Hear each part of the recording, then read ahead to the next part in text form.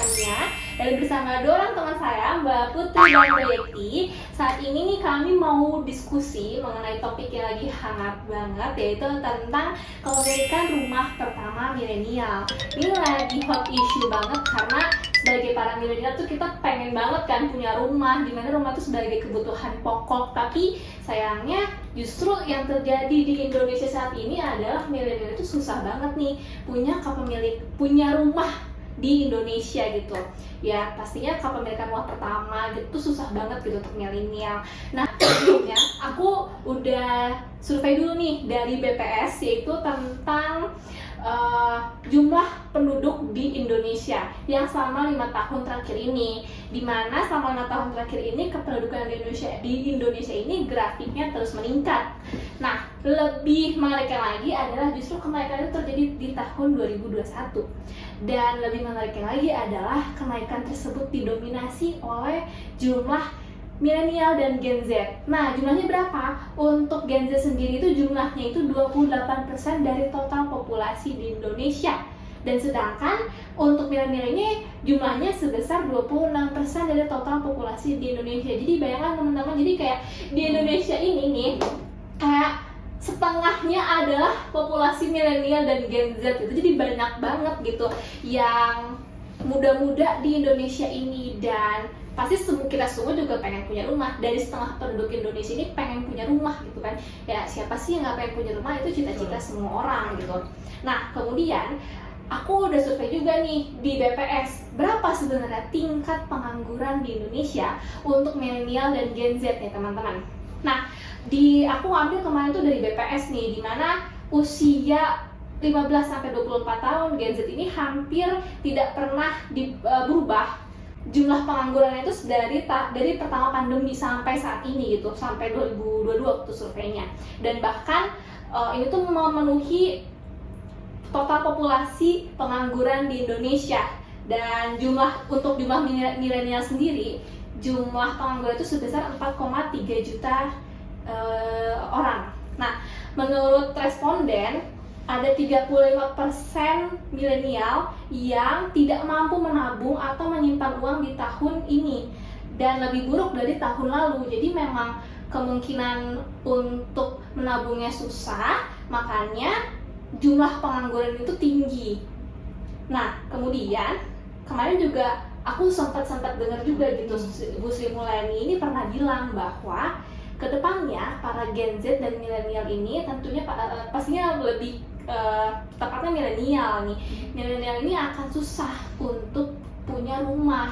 Kenapa sih? Ini tuh sangat mengkhawatirkan banget gitu, dimana setengah populasi di Indonesia ini adalah milenial, dan dimana penganggurannya juga banyak banget milenial. Dan begitu Bu Sri Mulyani bilang milenial ini akan susah punya rumah, berarti artinya setengah penduduk di Indonesia ini susah punya rumah nih gitu kan. Dan itu sebenarnya banyak banget gitu penyebabnya gitu. Dan mungkin nanti aku ngobrol-ngobrol juga nih sama Mbak. Kira-kira Mbak ini apa sih yang menjadi penyebabnya gitu? Apa faktor penyebab dari susahnya punya rumah gitu? Dan aku juga udah survei juga nih sebelumnya, berapa sih indeks harga properti di Indonesia. Dan selama 5 tahun terakhir ini grafiknya terus meningkat gitu. Bahkan peningkatannya itu bisa mencapai lebih dari 10% untuk indeks harga properti Indonesia, yang khususnya untuk properti residensial, dimana itu termasuk rumah dan apartemen gitu. Dan bahkan sampai 2026 itu tuh terus meningkat gitu indeks harga properti Indonesia. Dan lebih menariknya lagi kalau kita membahas di Jabodetabek, ini tuh memiliki indeks harga properti yang justru di atas rata-rata gitu. Dan itu berarti sangat tinggi banget gitu harga tanah, harga properti di Jabodetabek khususnya gitu. Dan mungkin ini juga menjadi concern, di mana di Jakarta ini kan pasti banyak penduduk gitu, apalagi di Jabodetabek ini adalah pusatnya gitu kan. Pasti banyak banget milenial yang membutuhkan rumah di Jabodetabek ini. Nah kemudian ada juga nih berita dari CNN News yang bilang bahwa jumlah menikah di Indonesia ini semakin delay umurnya, terutama untuk yang umuran seperti kita lah ya gitu, dimana tahun-tahun sebelumnya, zaman dulu itu usia menikah tuh umur 20 tahun. Tapi sekarang justru mundur nih, jadi usia 30 tahunan gitu. Jadi mundurnya tuh cukup panjang juga. Nah, setelah selidik, ternyata kemunduran ini terjadi karena setelah disurvei 64% dari milenial ini memilih mengembangkan karir mereka terlebih dahulu gitu. Mereka lebih memprioritaskan mengembangkan karir mereka. Kenapa? Karena mereka pikir bahwa biaya hidup untuk saat itu sangat susah gitu, sangat berat banget gitu. Dimana saat ini juga milenial ini kan merupakan generasi sandwich, jadi nggak hanya menanggung keluarganya gitu kan, tapi justru menanggung orang tuanya, bisa menanggung adiknya gitu, jadi macam-macam tanggungannya gitu. Makanya mereka memilih untuk lebih mengembangkan karir mereka terlebih dahulu gitu. Dan ini tuh sangat menjadi concern juga gitu, karena berarti populasi Indonesia juga nanti kedepannya gimana. Bahkan karena masa depan Indonesia ini kan ada di tangan para anak-anak muda zaman sekarang gitu, karena siapa lagi yang akan memimpin Indonesia ke depannya. Nah, kalau mau bahas lebih lanjut kayaknya masih panjang gitu ya. Jadi mungkin aku mau untuk ngajak mbak-mbak berdua ini membahas terkait fenomena ini. Tapi sebelumnya mungkin kita akan kenalan dulu nih sama Mbak Yekti dan Mbak Putri nih. Nah, sebelumnya mungkin Mbak Putri dan Mbak Yekti bisa menjelaskan dulu bekerja di mana sekarang, terus udah berapa lama bekerja di sini gitu, terus sekarang umurnya berapa gitu. Mungkin bisa perkenalan dulu dari Mbak Putri. Halo semuanya, nama saya Putri, saya berusia 28 tahun. Saya sudah bekerja di Jakarta, itu sudah 6 tahunan. Saat ini saya itu bekerja di perusahaan telekomunikasi di Jakarta. Oke, berarti udah cukup lama ya Mbak bekerja di Jakarta ya? Iya. Nah, kalau Mbak Yekti sendiri? Halo Mbak, halo semuanya, nama saya Yekti. Saya bekerja sudah semenjak lulus sudah 4 tahun. Saat ini umurnya 26. Bekerja di bidang konsultan keuangan, tepatnya konsultan akuntansi. Oke, berarti sudah sangat banyak banget pengalaman untuk bekerja sebagai milenial ya Mbak ya. Nah, terkait dengan kasus ini nih, dengan fenomena yang terjadi saat ini, karena kita semua ini kan milenial juga gitu, pasti kita juga ikut ngerasain gitu dampaknya dan gimana, apa yang kita rasain. Nah, menurut Mbak sendiri, apa yang menjadi faktornya, apa yang menjadi penyebab dari fenomena ini? Mungkin dimulai dari Mbak Putri. Jadi kalau aku melihat ya, hal pertama itu karena di daerah Jakarta ini khususnya ya, kurangnya itu ketersediaan lahan. Makanya karena tingkat permintaan yang banyak akan rumah, makanya harga itu cenderung naik. Terus selain itu juga kita lihat UMP yang ada di Jakarta sendiri ya, itu masih berkisar di 4,9 juta tuh. Jadi bisa dibayangkan tuh dengan perbandingan harga rumah sama gaji yang dimiliki oleh para generasi milenial itu tuh maka nggak sebanding gitu ya. Terus selain itu kita lihat nih kayak perilaku konsumtif dari generasi milenial Mbak. Contohnya ya kayak sering beli kopi, terus suka nongkrong di kafe, terus nonton konser gitu. Nah, aku juga punya data nih terkait tingkat belanja yang dihabiskan oleh generasi milenial itu sendiri. Nah, dilansir dari Datadogs, itu ketika pandemi ya Mbak, belanja online itu naik di 50% didominasi oleh milenial. Terus nah ini tuh didominasi oleh umur 26 sampai 35 tahun yang bisa sampai 48% gitu Mbak. Wow. Terus selain itu, kalau kita melihat dari proporsi belanjanya untuk kategori lifestyle itu tuh juga naik pada bulan April 2023. Terus untuk proporsi belanja untuk menonton seperti konser itu mencapai 51% pada Mei, terus 33% pada Juni, dan 20% pada Juli, dan 28% itu di Agustus 2023 kemarin. Nah, kalau dibandingin sama 2022 itu hanya mencapai 23% di bulan Juni dan 11% di bulan Juli. Nah, bisa dibayangin tuh kayak naiknya kan berapa persen tuh, jadi naik banget. Nah, selain itu untuk terkait belanja membeli voucher itu tuh melonjak sebesar 43% pada akhir bulan Agustus 2023. Sedangkan pada 2022 nih malah terkait pembelian voucher ini tidak terlihat sama sekali tuh Mbak. Berarti sebenarnya banyak banget pengeluaran para milenial ini untuk belanja macam-macam gitu.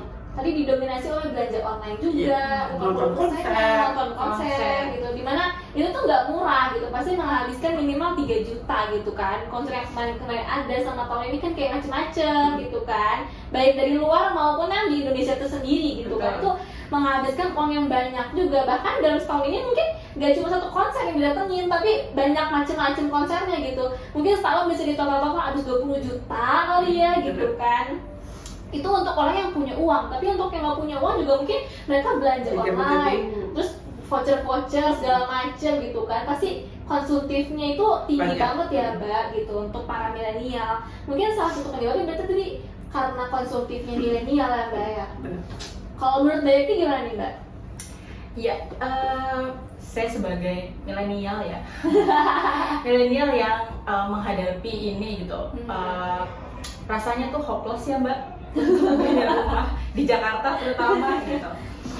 Yang pertama, kita tahu apa sih investasi yang paling menjanjikan gitu?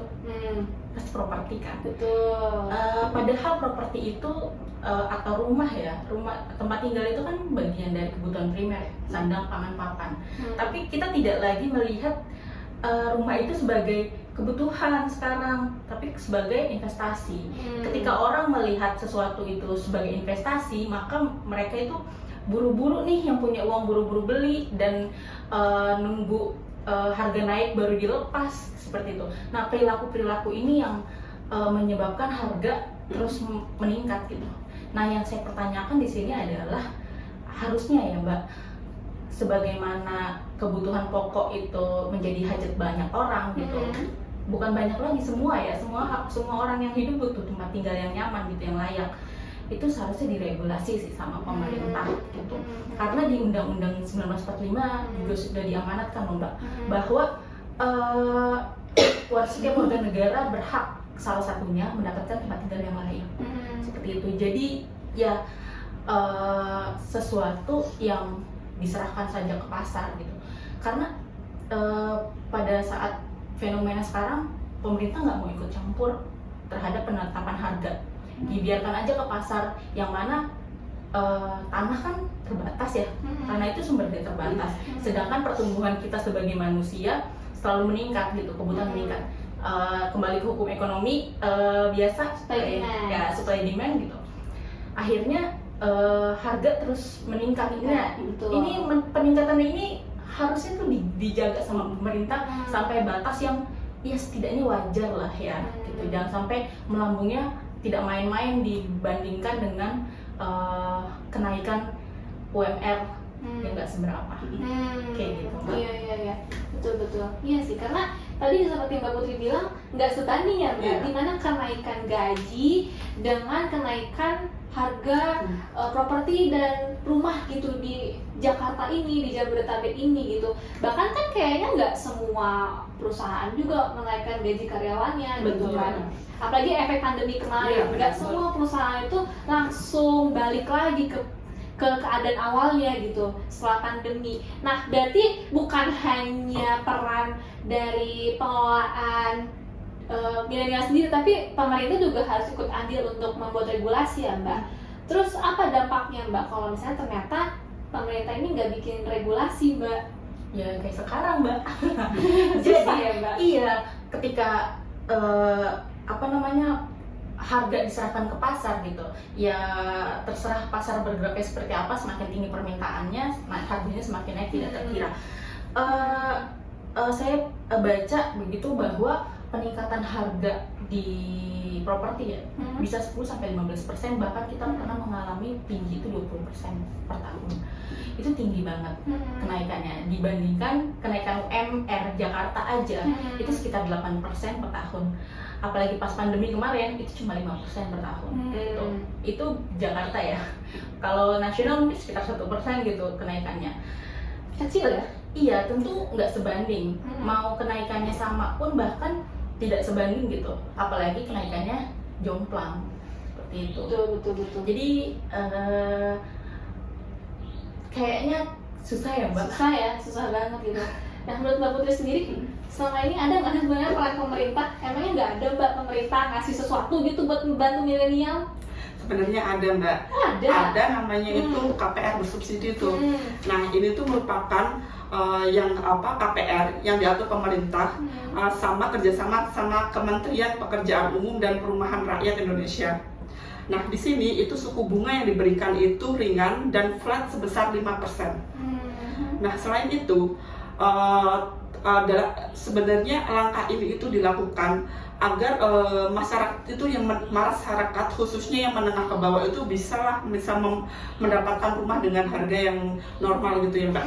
Nah di sini KPR bersubsidi itu tuh juga menawarkan kebebasan bebas PPN sebesar 11% atau sebesar 16 juta atau sampai 24 juta untuk setiap rumah.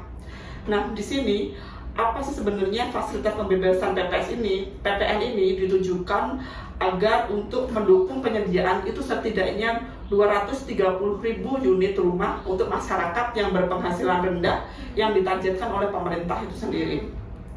Terus selain itu nih, selain pembebasan PPN, pemerintah itu juga melalui Kementerian PUPR Mbak khususnya, itu juga memberikan bantuan subsidi selisih bunga. Jadi itu subsidi ini bertujuan agar MBR itu tetap dapat membayar cicilan rumah dengan tingkat bunga yang sebesar 5% itu sendiri. Berarti sebenarnya pemerintah udah ada mengatur atau membantu untuk milenial punya rumah ya Mbak ya? Iya. Nah gimana nih Mbak, kan pemerintah tuh udah ngasih jawaban atas kebutuhan milenial sekarang Mbak. Iya, sebetulnya secara regulasi tidak benar-benar kosong ya gitu. Maksudnya memang pemerintah ada yang namanya KPR bersubsidi. Tapi kita lihat lagi hasil pembangunannya, misalnya jumlah unitnya itu tidak akan mencukupi gitu dari kebutuhan yang masyarakat banyak. Kemudian juga ada persyaratan penghasilan tertentu. Misalnya tadi berapa Mbak? Sekitar 5 atau 7 ya? Di bawah 7 ya? Di bawah 7. Iya. Nah itu berarti kan pemerintah mensubsidi untuk penghasilan yang di bawah itu gitu. Tapi itu juga jadi dilema kan, karena di Jakarta terutama penghasilan seperti itu gitu, apalagi udah punya keluarga, itu udah habis dengan kebutuhan rumah tangganya. Iya sih, betul. Belum lagi kalau misalnya dia masih ngontrak, berarti kan dia harus bayar kontrakan, bayar juga ngumpulin uang untuk misalnya untuk DP gitu. Nah kapan kekumpulnya kan? Sedangkan ketika dia pendapatnya sudah naik gitu, maksudnya mungkin di kelas-kelas menengah ya, yang gajinya mungkin bisa sampai 10 juta misalnya ya, itu pun itu udah nggak bisa kan KPR bersubsidi gitu. Maksudnya sudah harus yang normal. Sedangkan properti di Jakarta berapa sih yang standar tuh mungkin bisa lah 1M, itu pun dicapai berapa dan cicilannya tuh berapa gitu, mungkin nggak bisa gitu dengan mengandalkan gaji di Jakarta kayak gitu. Iya betul. Berarti sebenarnya yang gajinya di bawah 7,5 masih bisa, tapi sebenarnya balik lagi karena generasi sandwich ini ya Mbak, banyak tanggungan segala macet gitu, susah banget sebenarnya, meskipun mungkin pemerintah udah mengatur dengan adanya KPR subsidi tersebut gitu. Tapi mungkin juga nggak semua orang tahu dan nggak semua orang juga bisa gitu. Terus mungkin sekarang juga lagi booming juga kan Mbak, yang namanya pinjol gitu, karena mereka kurang juga mendapatkan penghasilan gitu, karena beralih ke pinjol juga. Seperti kayak tadi di awal aku bilang bahwa tingkat pengangguran milenial sekarang itu juga tinggi banget gitu di sekitar populasi Indonesia saat ini gitu. Makanya mungkin salah satu caranya beberapa dari mereka pilih pinjol. Akhirnya dampaknya mungkin besar juga dari pinjol itu. Dari kan sekarang namanya lamar kerja juga ada beberapa yang kayak BI checking gitu kan. Dari pinjol ini akhirnya mereka susah dapat kerja. Akhirnya pengangguran gitu. Sebenarnya ini complicated ya, nggak semuanya tuh berputar rodanya. Akhirnya muter-muter aja di situ-situ aja gitu kan. Iya betul sih, menurut aku ya susah juga sebenarnya. Sebenarnya peran pemerintah juga penting juga sih untuk ini, harus mengatur semuanya. Nah gimana sih Mbak, ada nggak sih KPR untuk orang milenial yang penghasilannya di atas 7 gitu? Ada nggak regulasi dari pemerintah atau ada nggak sih yang ditawarkan gitu oleh bank-bank gitu Mbak. Gimana kondisi saat ini Mbak? Nah, ini ada nih salah satu, jadi kita KPR yang disediakan oleh bank gitu, salah satunya Bank Siniaga kalau ini. Nah, dia itu di sini ada terkait menyediakan limit kredit rumah untuk rumah 100 juta sampai dengan 30 miliar. Terus metode bunganya itu tetap dan mengambang, dan suku bunga di sini itu dimulai dari 3,68% efektif per tahun. Nah, tapi ini suku bunga ini dapat berubah-berubah ya setiap waktunya. Terus jangka waktunya itu maksimum 25 tahun. Kita ambil asumsi seperti yang tadi Mbak Yeti bilang, kalau misalnya harga rumahnya 1M. Nah, maka berapa sih biaya ataupun angsuran yang harus dikeluarkan? Nah, terkait misalnya harga rumahnya 1M, itu ada terkait biaya provisi, biaya administrasi, biaya materai, ada appraisal, terus juga asuransi terkait kerugian dan asuransi pembiayaan. Nah, kalau jika di total nih Mbak, angsuran per bulan yang dibutuhkan itu sebesar 16 jutaan untuk kredit dari perbankan sendiri. Tinggi banget ya ampun. Nah, Saya kaget. Nah, kalau kayak gitu kan juga dikembalikan lagi ke individunya, berapa pendapatannya dan berapa opsi yang dia bisa ambil gitu Mbak. Berarti cukup besar juga effort yang harus dikeluarkan gitu ya Mbak, untuk yang pas saya di atas 7 untuk dapat KPR tuh susah juga gitu persyaratan dari bank gitu kan Mbak. Iya. Bahkan aku juga sebenarnya kemarin juga sempat baca gitu kalau jumlah NPL tuh cukup tinggi gitu kan, dimana mungkin KPR terus naik tapi diiringi dengan nilai NPL yang terus tinggi gitu. Mungkin nanti NPL ini akan berpengaruh bahwa bank-bank karena NPL tinggi gitu kan, nah kan nggak mau nih nilai NPL tinggi, akhirnya memperketat peraturannya, jadi susah lagi dapat KPR gitu kan.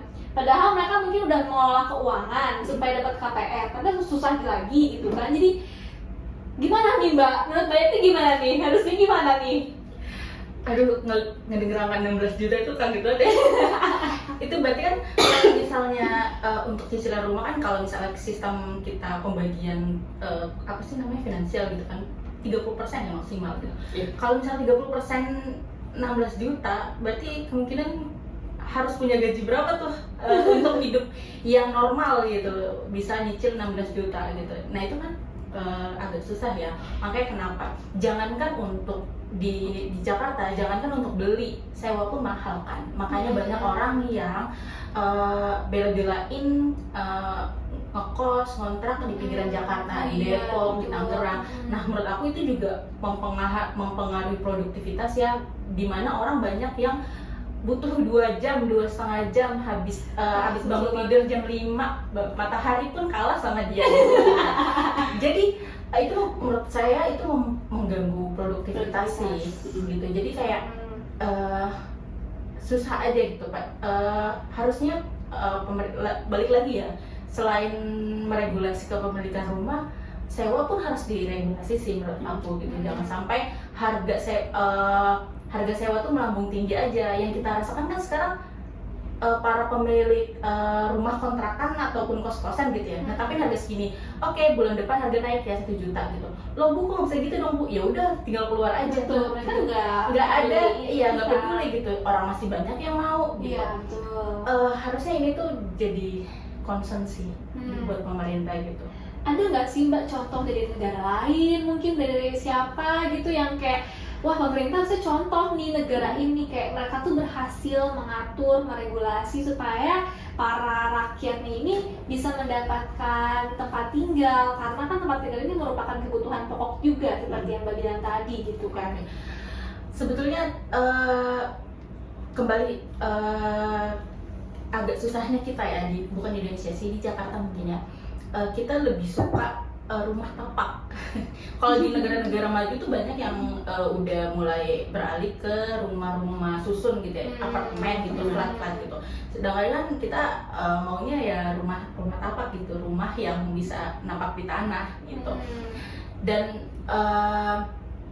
tanah tuh kan makin susah ya gitu. Itu juga yang bikin harga naik gitu. Jadi mau segimanapun mungkin juga akan susah untuk menyesuaikan harga ini karena orang-orang yang dari seluruh penjuru Indonesia datangnya ke Jakarta gitu. Betul sih. Kalau misalnya kita lihat di beberapa negara gitu, misalnya contohnya Singapura yang dekat sama kita, mungkin pun meskipun dia jauh lebih maju daripada kita gitu, tapi dia sangat memperhatikan SDM-nya. Jadi di sana tuh ada suatu program dari pemerintah, kayak kita tuh kayak BPJS gitu, yang pelaksanaannya secara regulasinya tuh dikontrol oleh pemerintah dan pemberi kerja. Jadi ketika dia gajian itu langsung dipotong untuk dana pensiun berupa rumah gitu. Dan karena yang tadi saya bilang bentuknya kayak BPJS, ada sebagian yang dibayarkan oleh pemberi kerjanya gitu. Jadi sekitar 37% dari gajinya, 20%-nya itu dari pemberi kerja dan 17%-nya baru dari kita yang bekerja gitu. Dan jadi di sana tuh sangat concern gitu karena menurut mereka kenyamanan, keamanan dan rasa sejahtera dari para SDM ini penting ya untuk kemajuan perusahaan dan secara makro kemajuan negara mereka gitu. Selain itu ada juga di Selandia Baru gitu. Dia itu memberikan kebijakan membatasi kredit perumahan, menaikkan pajak bagi investor properti, dan meningkatkan pasokan rumah untuk terjangkau mengatasi krisis di sana. Kemudian ada juga di New York City.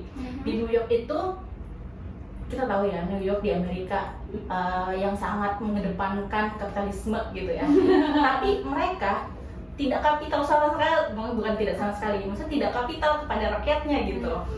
Di sana banyak aturan-aturan yang dibuat untuk mensejahterakan rakyatnya untuk bisa punya atau setidaknya bisa tinggal dengan nyaman atau sejahtera lah. Salah satunya adalah dia mengontrol terkait sewa yang saya bilang. Jadi di sana sewa itu ada aturannya, jadi nggak bisa sembarangan orang tuh naikin harga sewa gitu. Jadi ada aturannya, sama kayak harga eceran tertinggi gitu lah. Jadi jadi di sana mungkin namanya harga eceran tertinggi kosan ya. Harga eceran tertinggi kosan. Jadi nggak bisa asal yang punya properti tuh naikin harganya gitu. Senin harga naik ya gitu. Kalau nggak mau ya udah keluar gitu, nggak bisa kayak gitu. Di sana diatur. Iya. Kemudian di sana juga ada namanya Housing Maintenance Code. Jadi dia menetapkan standar minimum untuk kesehatan, keselamatan, dan kenyamanan penyewa di semua bangunan perumahan. Jadi bukan sembarang harganya, tapi kualitas dari bangunan itu sendiri. Jadi nggak bisa sembarangan ya. Tapi harus juga kesehatannya diatur, misalnya kayak dapat jendela atau enggak ini kayak gitu diatur. Kemudian ada Affordable Housing New York Program. Jadi dia itu pemerintah tempatnya ngasih insentif kepada para pengembang untuk yang membangun perumahan untuk orang-orang yang kalangan bawah gitu. Jadi segitunya pemerintah mereka memperhatikan gitu.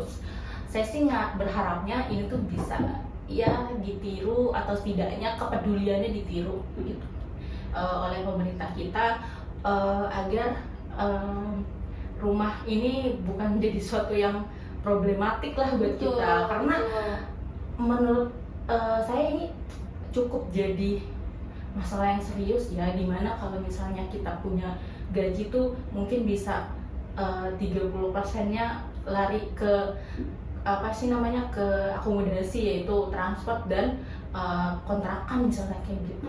Dan itu juga belum mencukupi untuk kebutuhan kebutuhan pokok gitu. Akhirnya kebutuhan pokoknya kurang karena mau nggak mau kan harus bayar sewa kan.